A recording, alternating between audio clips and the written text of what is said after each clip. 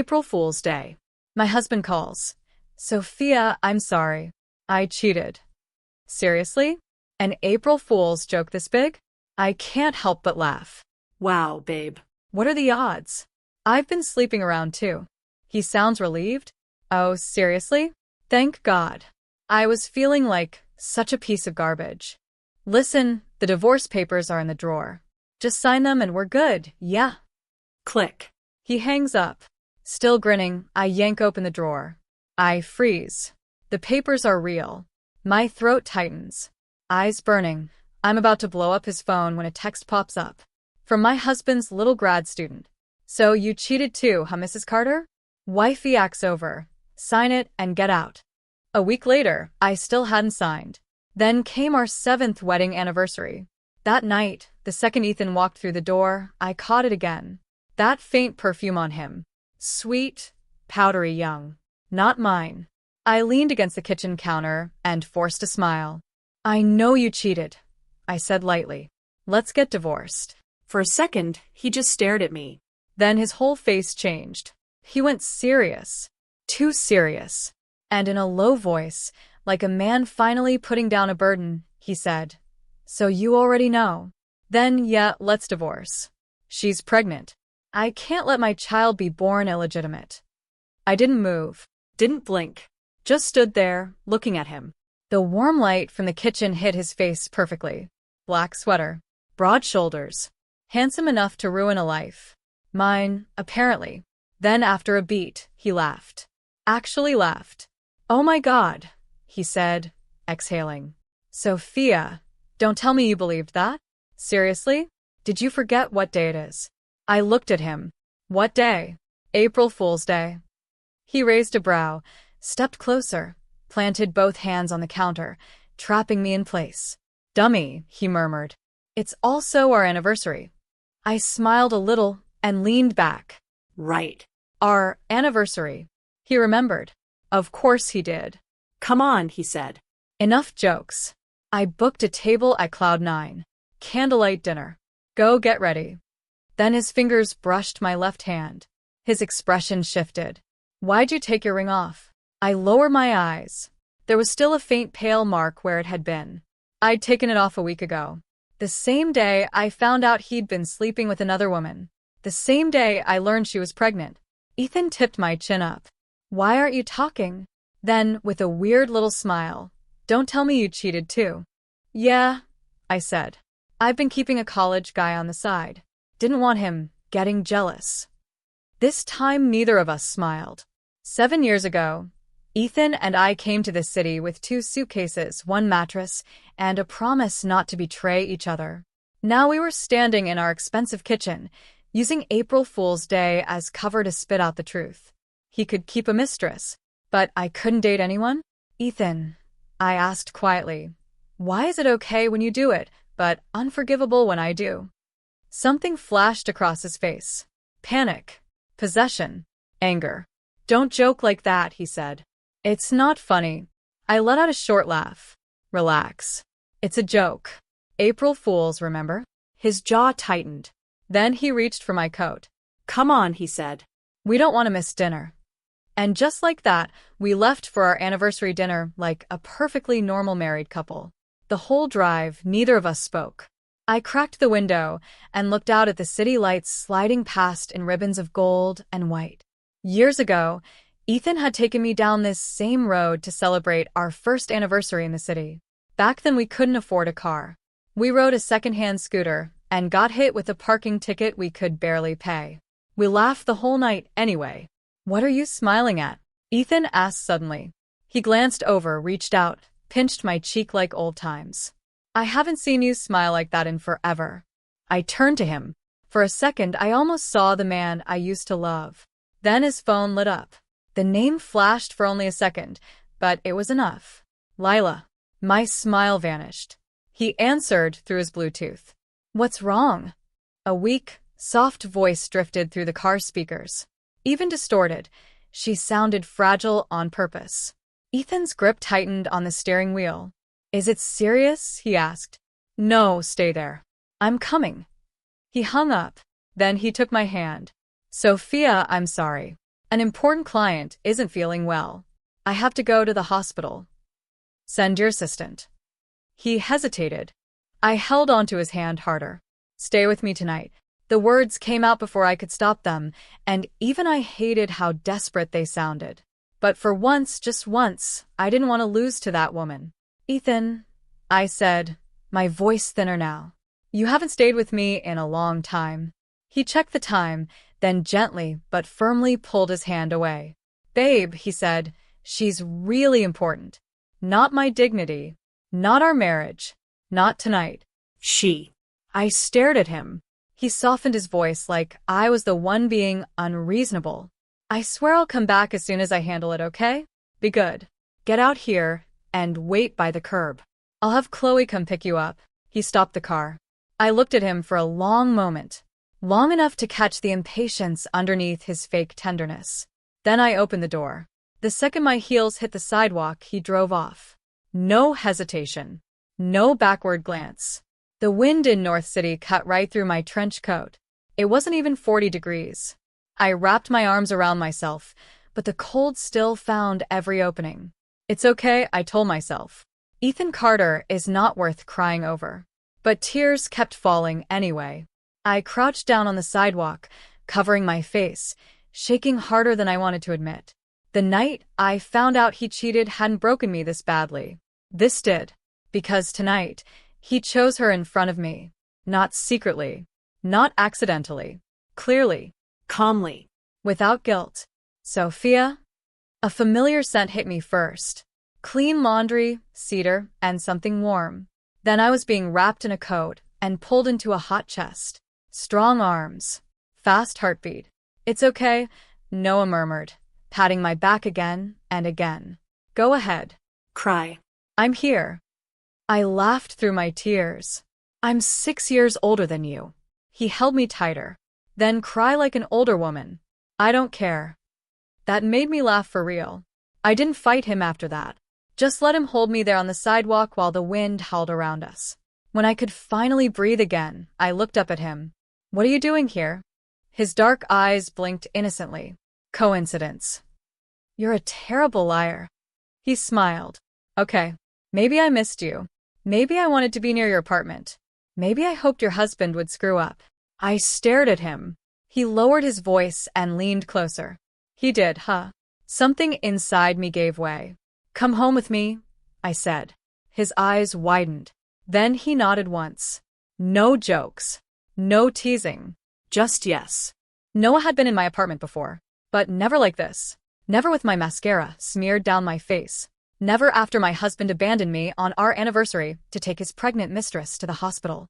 He stood near the entryway and changed into the guest slippers I'd bought on impulse months ago. His gaze drifted to the framed wedding photo above the console table.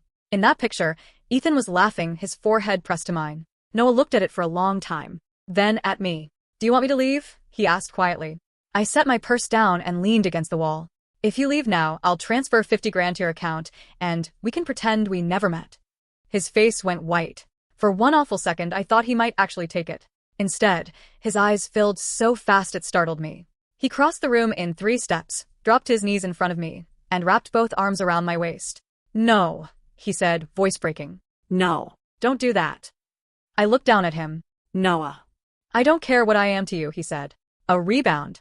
A replacement. A secret. I don't care. Just don't tell me to go. My throat tightened. He was crying hard now, and somehow that made me feel powerful in a way I hadn't felt in months. Look at that, I thought. Somebody still needed me. You should think carefully, I said. I can't give you anything real right now. I may not be able to love you properly. Even after divorce, I may never remarry. I may never want children. I may never become the woman who makes sense on paper. He looked up at me, eyes red. I'm sure. You haven't even heard the worst part. I don't need to. My husband is sleeping with your stepsister, I said flatly. She's pregnant. Noah flinched. Actually flinched. I kept going because I needed to be cruel to someone. Can you handle that? Can you handle people saying you're with me because I see your face and think of him? That wasn't why I'd first noticed Noah. But it was true that if you looked quickly, there was a resemblance. Not enough to confuse them. Just enough to make people mean. Noah stood up slowly. If I leave you, he said, I'll regret it for the rest of my life. The apartment went still. The only sound was the hum of the fridge and the rain starting against the windows. He reached up and touched my cheek with both hands, careful, like I was something breakable. "Can I kiss you?" he asked. Instead of answering, I kissed him first. It should have felt reckless. It should have felt wrong. It felt like surfacing after being held underwater too long. That night I stopped waiting for Ethan. Really stopped. Noah was young, warm, impatient, alive. Everything about him felt direct, honest. He wanted me openly. No hiding. No shame. No crumbs. For the first time in weeks, I fell asleep without checking my phone. The next morning, I was late for work. Noah tried to keep me in bed. I had an investor meeting, and he looked personally offended by that fact. "I hate your job," he muttered into my neck. "You love that my job pays for this apartment." He grinned against my skin. Also true. By the time I got dressed and made it into the office, my lips still wanted to smile. Apparently, my secretary noticed. "You look radiant today, Miss Bennett." If only she knew. I pushed open my office door and stopped. Ethan was in my chair, head tipped back, eyes closed, like he owned the place. When he heard me, he stood immediately and came toward me fast. "Don't move," he said hoarsely. "Let me hold you." He pulled me into his arms. I shoved him off so hard he stumbled. Then I touched my mouth instinctively, as if he had contaminated the air around me. He froze. His eyes were bloodshot. Stubble darkened his jaw. He looked like he hadn't slept. "Last night," he said, "I went back for you. You were gone." "It was 38 degrees, I said. "You left me in a thin coat on the side of the road." He stepped closer again. "Are you still mad?" I stared at him. Compared to Noah, he suddenly looked older than he ever had before. Tired, heavy, distant. "We have a meeting in 10 minutes, I said. "If you're here for work, sit down. If you're here as my husband, leave." His mouth hardened. "I'm here as both." That was the problem. Ethan was there as the investor representative for our new fragrance launch. Lila was there too. She'd transferred into my division a few weeks earlier under the pretense of learning from the best. Apparently what she really wanted was to walk into my company with my husband's hand at her back. She sat 3 seats away from me in a pale dress, one hand resting near her stomach whenever Ethan looked at her. Subtle. Calculated. Sickening. The project on the table was called Free Wings, a perfume built from the final formula notes my mother left behind and the years I'd spent refining them into something modern, textured, and expensive in all the right ways. It was mine. Not just legally. In my bones, it was mine. When I asked for department opinions, Lila stood. Her voice came out soft but trembling with fake conviction. "I still think Free Wings should collaborate with Carter Group's mass market line." I looked at her. No. She pressed on. "Why not? Fragrance shouldn't be exclusive to luxury consumers. I joined this industry because I wanted ordinary people to afford beautiful scents." The room got quiet. I tapped my pen against the conference table. "And I built this fragrance for a premium market. Positioning matters. But price matters too," she shot back, suddenly emotional. "Why are you being so inhumane about this?" Inhumane? I stood. Then I walked around the table until I was directly in front of her. "First," I said, very calmly, "the source formula belonged to my mother. The developed version belongs to me. I decide where it goes." Her lips trembled. "Second, if you want to pursue your dream, create something of your own. Don't cling to my team and then lecture me about compassion." Her face drained of color. Tears flooded her eyes on cue. Right on schedule, Ethan intervened. He grabbed my arm and yanked me back. "Sophia," he snapped. "That's enough." The pain shot all the way to my shoulder. By then, everyone else had already sensed the shift in atmosphere and quietly slipped out, leaving only the 3 of us in the room. Lila hid half behind him and gave me the smallest smile. A winning smile. My face went cold. "What exactly did I do?" I asked. "Tell the truth? Ethan, you're in this business too. You know the value of Free Wings." Before he could answer, Lila lifted her chin. "I already gave the formula to Mr. Carter's R&D department," she said. For one second, I honestly thought I'd misheard her. "You what?" She swallowed. "Whether it's valuable or not should be decided by data." My whole body went still. The registered creator on that file was me. Only me. "Lila," I said, and my voice came out terrifyingly calm, "that is theft of confidential intellectual property. Congratulations. You may actually go to prison." "You can't do this to me," she cried suddenly, lunging forward. She seized the arm Ethan had just wrenched. Pain exploded through me. My shoulder had already shifted wrong from his grip, and when she grabbed it, my vision flashed white. I tried to pull back. The next second, Lila screamed and dropped to the floor, hands over her stomach, blood blooming through pale fabric. The conference room door burst open. Staff rushed in. Someone gasped. Someone shouted for an ambulance. Lila curled around herself and cried. Ethan, our baby. He looked at me like he'd never seen me before. Like I was filth. Like he wanted to tear me apart. Then he scooped her up and barked, "Call the police." I didn't push her, I said.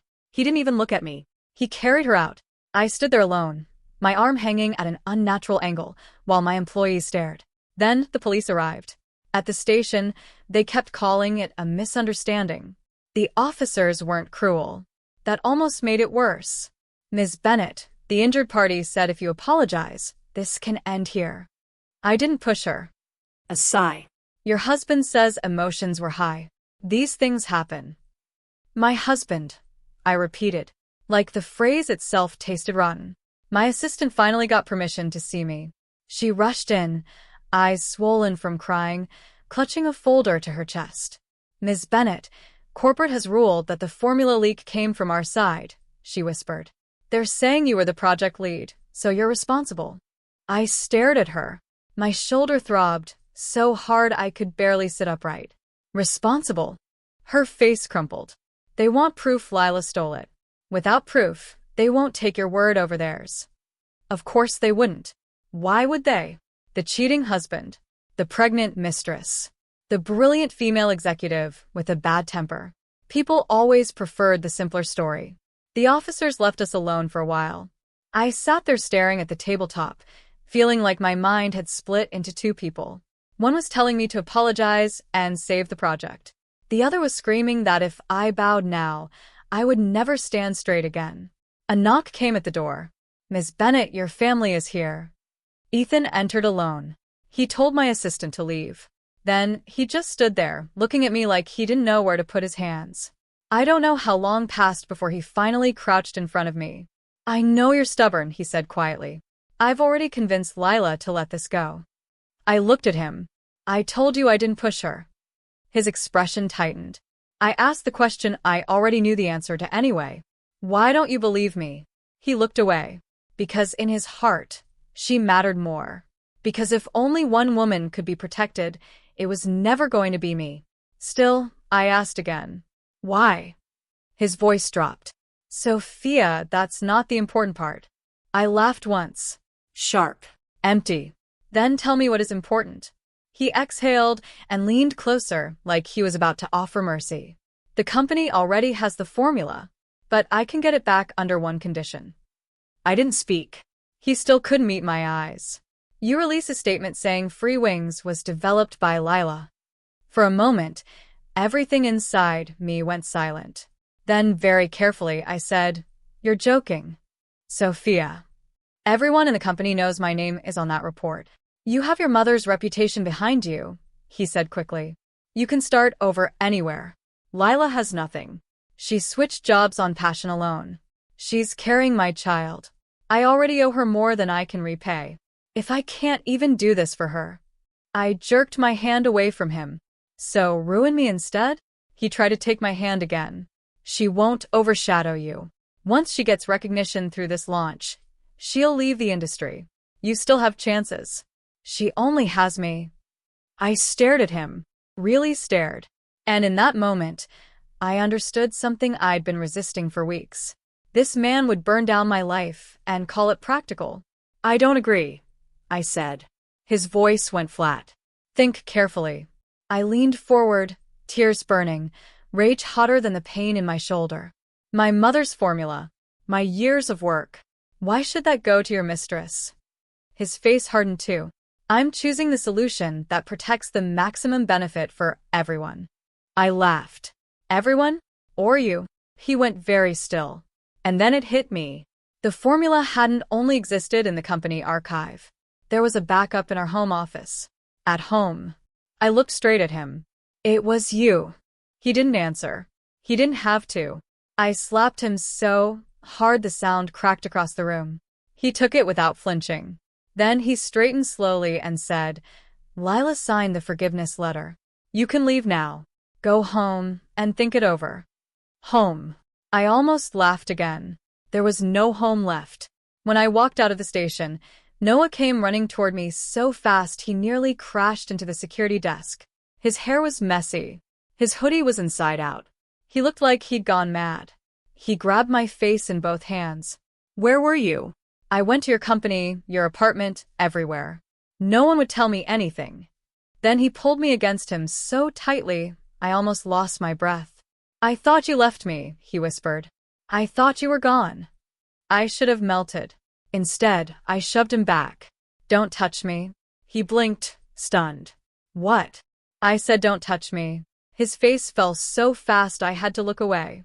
What did I do? Nothing, I said. That's the problem.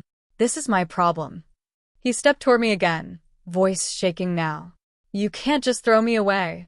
I forced myself to meet his eyes.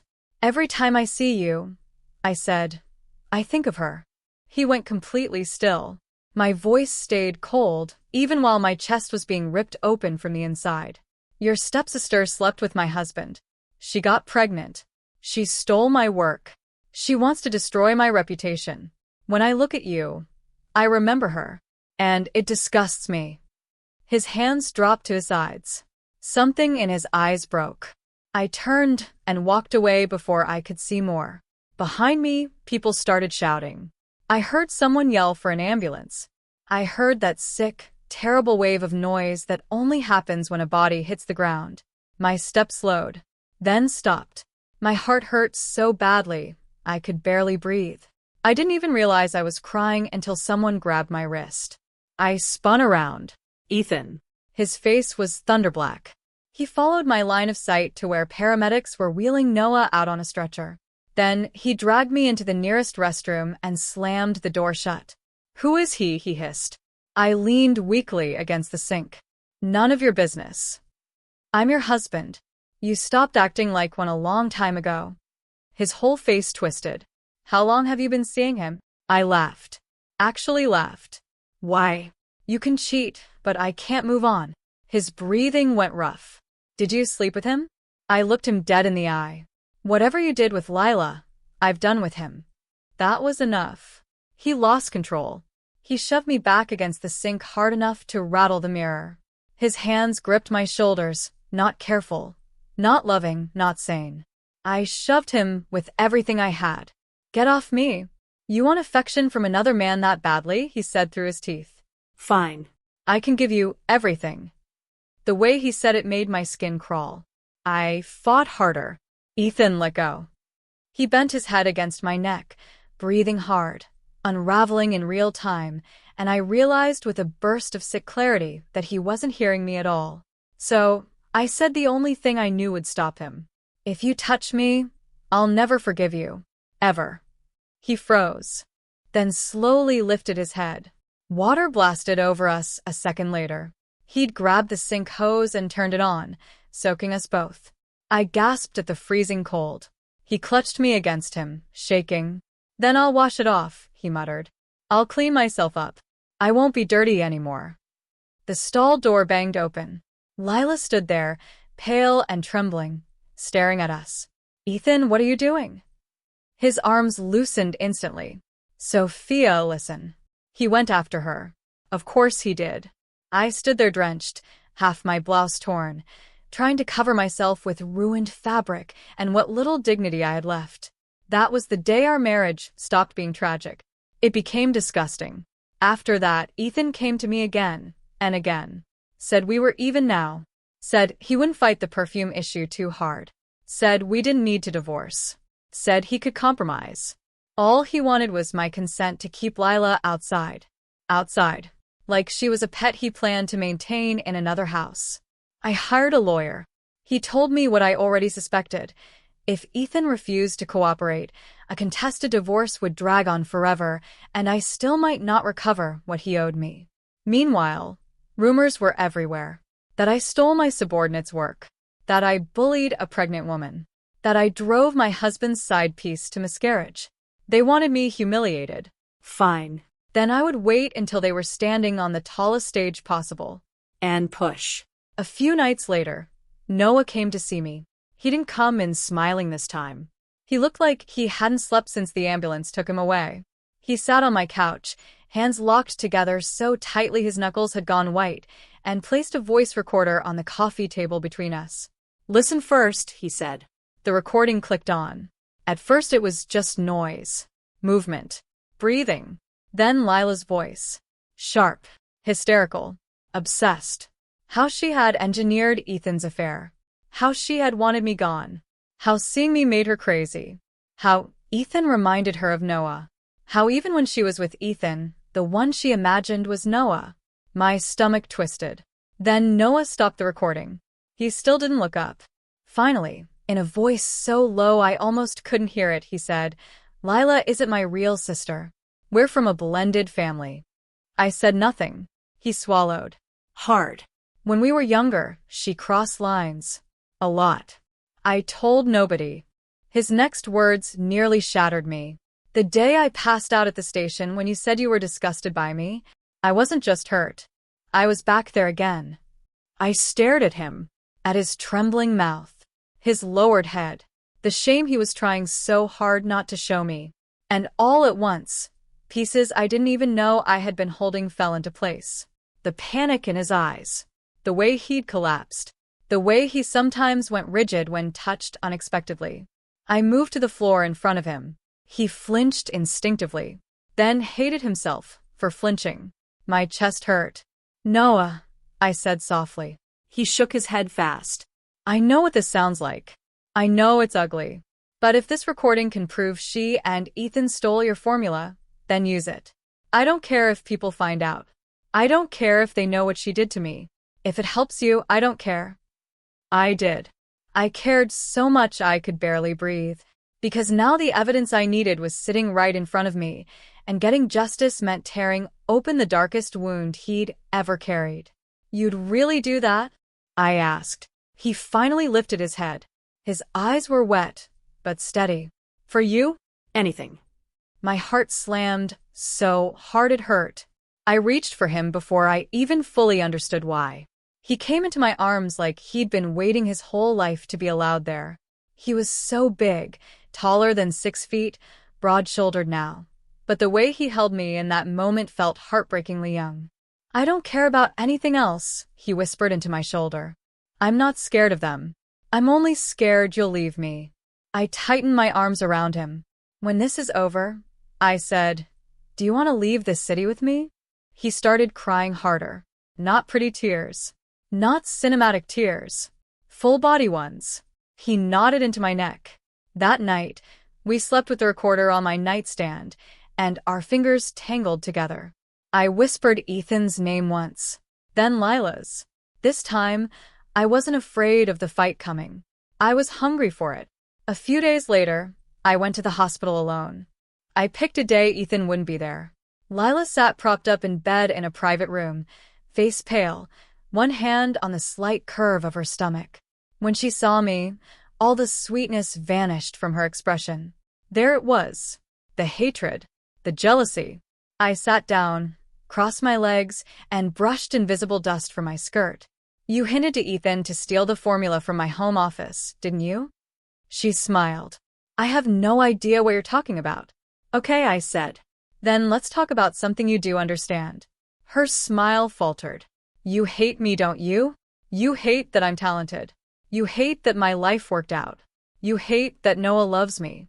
And the funniest part? No matter how crazy you get, he still won't even look at you. Her expression snapped. Shut up.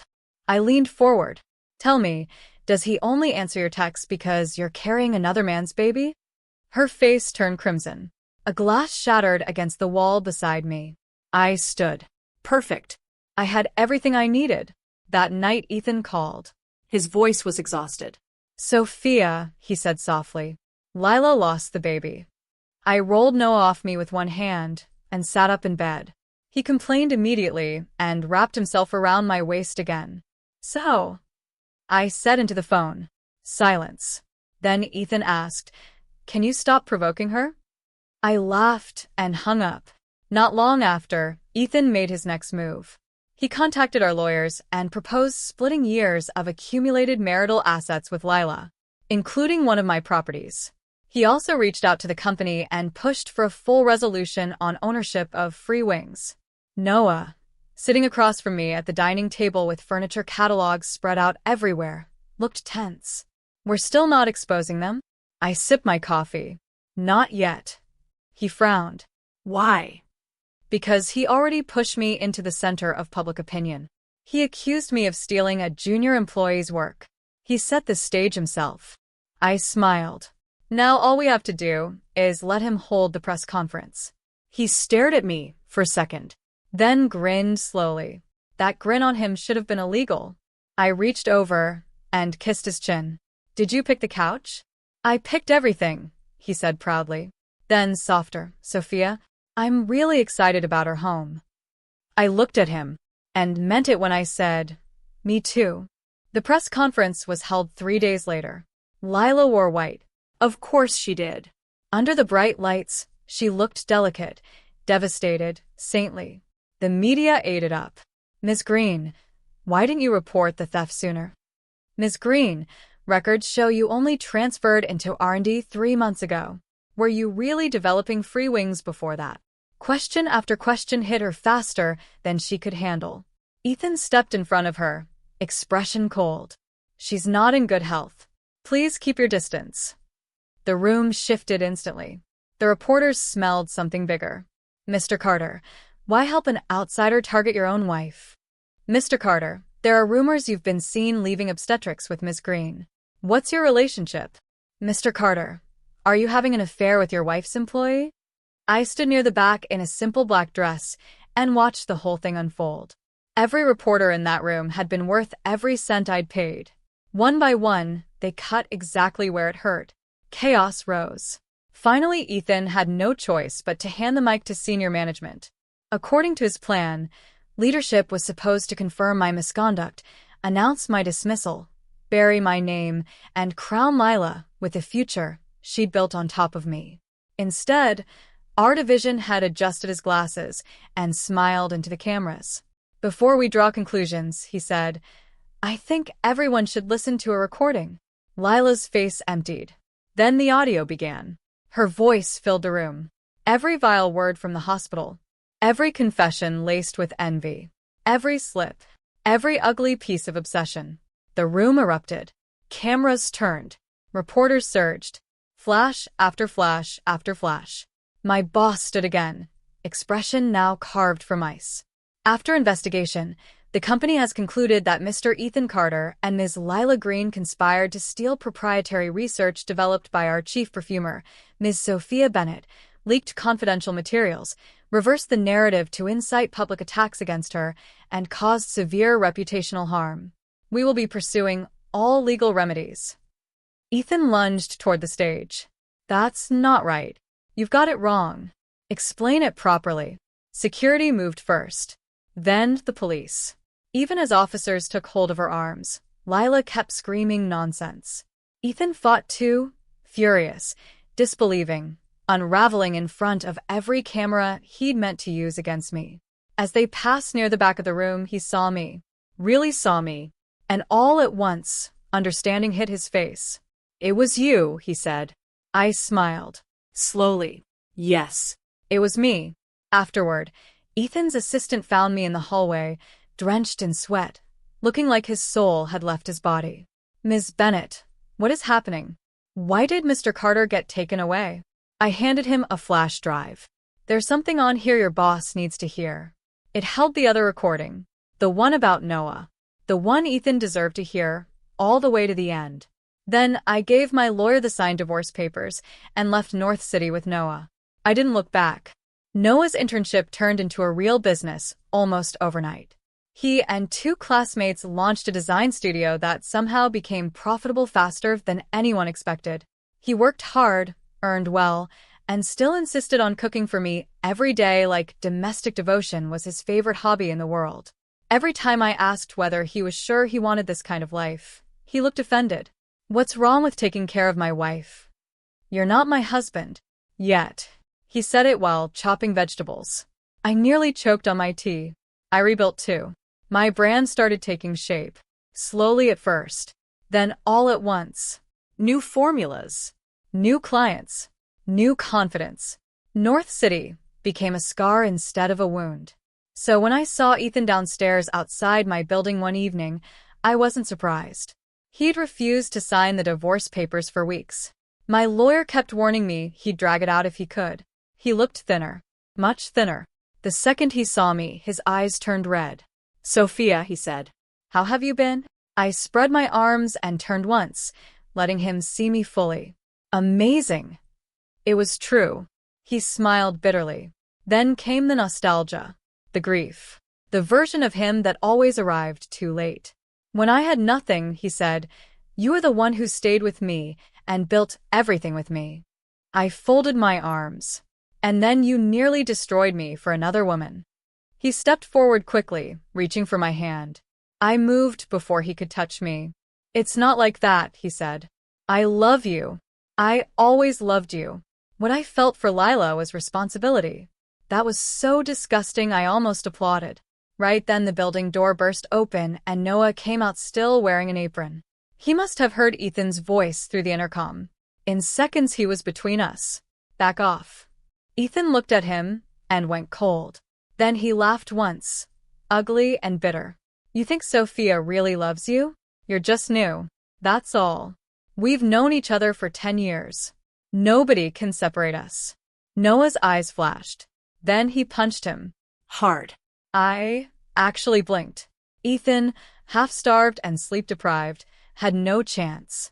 Noah dropped him to the ground in under a minute, pinned him flat, and kept cursing the whole time. You slept with another woman and still came here bothering her? Are you insane? People had started gathering. I tugged Noah's sleeve. Enough. Security came to drag Ethan away. He was still shouting when the doors closed behind him. On the elevator up, I turned to Noah. What did you mean? You've known me longer than he has. He went very quiet. The moment we got inside the apartment, I pushed him gently but firmly back against the wall. Talk. He looked unfairly good like that. Bigger now than when I'd first met him. Shirt stretched across his shoulders. Hair falling into his eyes. Mouth trying not to smile because he knew I was serious. Then he gave me a date. And an address. My breath caught. 10 years ago. The summer after my college entrance exams, I stayed with my aunt for a couple of weeks in a small town before moving away. I remembered the neighborhood. The blackout. The screaming from next door. A tiny bruised boy opening the door. I stared at him. You were the kid across the hall. He nodded and buried his face against my shoulder. That night, he said into my shirt, Lila was trying to get into my room. My whole body went cold. Back then I'd thought a child was being beaten by adults. I'd cursed through the doorway, dragged him into my aunt's apartment, and promised my police officer relatives would handle it. I remembered asking his name. I remembered him asking mine. I just never knew that little boy had carried me with him all these years. I held the back of his head and stroked his hair again and again. We stayed like that a long time. Then he lifted his face and asked, very softly, So, do I get points for finding you again? I laughed through tears and kissed him until he forgot to be sad. Ethan called from a new number the next week. I almost didn't pick up. When I finally did, there was only breathing for a few seconds. Then, Sophia. Can we meet? Just once. For the divorce. I should have said no. Instead, I agreed. Maybe because endings deserve witnesses. Maybe because I wanted to see what was left of him. He booked a private dining room and ordered every dish I used to love. When I walked in, he stood so quickly his chair nearly tipped over. He had tried to clean himself up. Hair cut. Shaved. Nice jacket. It didn't help. He still looked haunted. Sit, he said. Please. I set the divorce papers on the table before I sat down. He stared at them like they might bite him. Then he looked at me, and his voice broke. Do we really have to end like this? I almost smiled. Like this? As if he hadn't chosen the road himself. I leaned back and looked at him carefully. You know what hurt the most? I asked. It wasn't even the cheating at first. It was the aftermath. The not sleeping. The panic.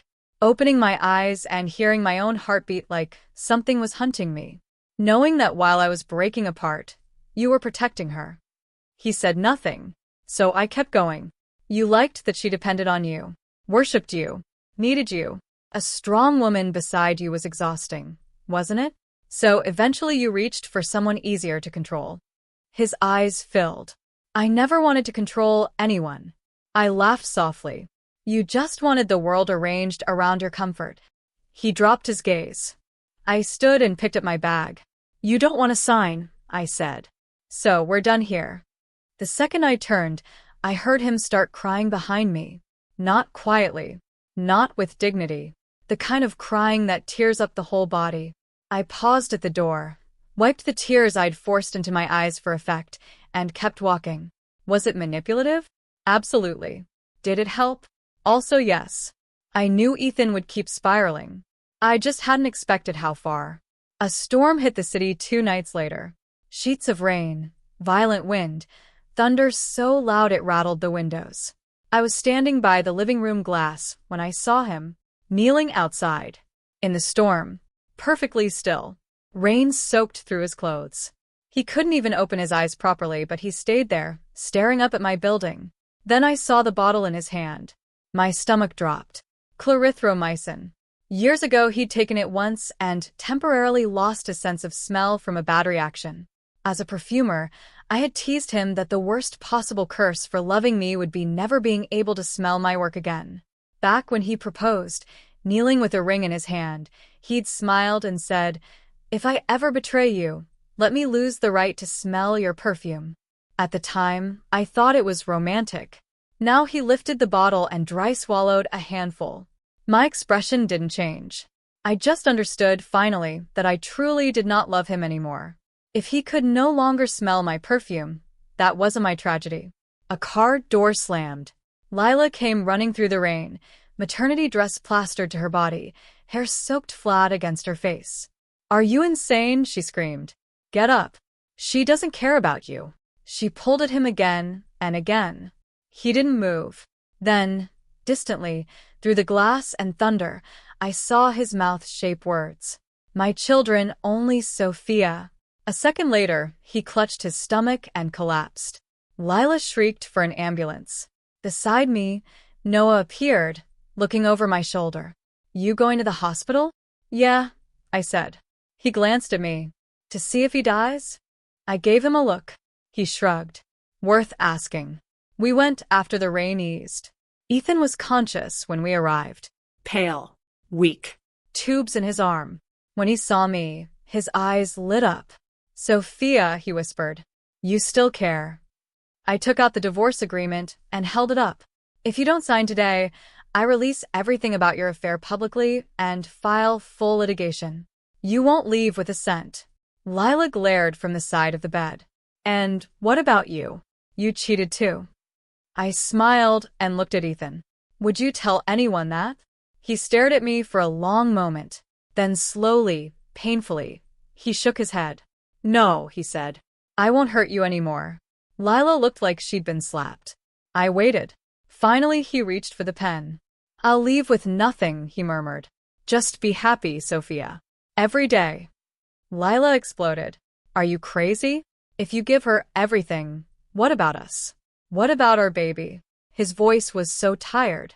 "When Sophia followed me through poverty and helped me build my life, where were you?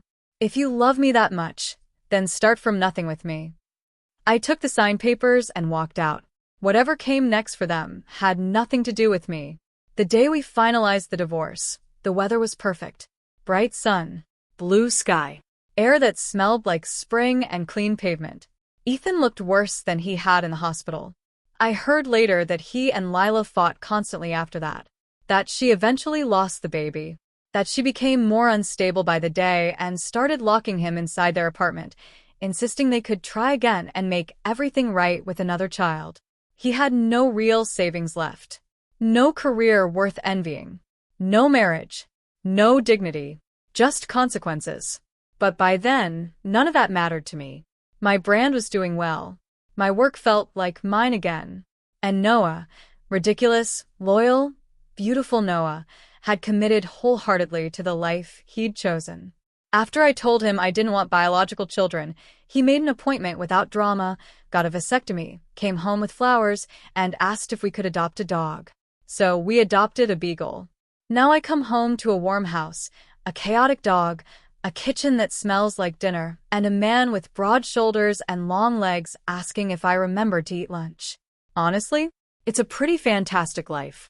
Sometimes, late at night, I still think about how it all started. An April Fool's joke. A lie told lightly. A truth answered lightly. A marriage ending in the exact tone it had begun to rot. But that's okay. Because after April Fool's Day, the joke ended. And what came after was real. Real betrayal. Real pain. Real rebuilding. And eventually real love. The kind that doesn't hide you. The kind that doesn't ask you to shrink. The kind that doesn't make you beg to be chosen. So no, I don't flinch anymore when spring comes around and people start making dumb jokes on April 1st. I just smile. Because I know something they don't. Sometimes the cruelest day of your life is also the day your real life begins. And somewhere ahead of you, if you keep walking, there's someone waiting who will love you exactly as loudly as your future deserves.